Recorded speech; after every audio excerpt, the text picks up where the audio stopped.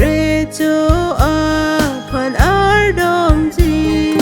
ning arong pen kelun ji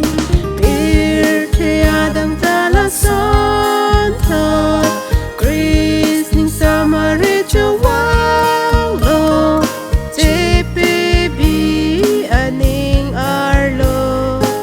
itum long arnam do kai ke do Emmanuel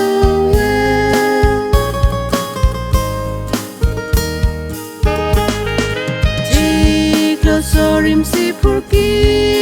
mo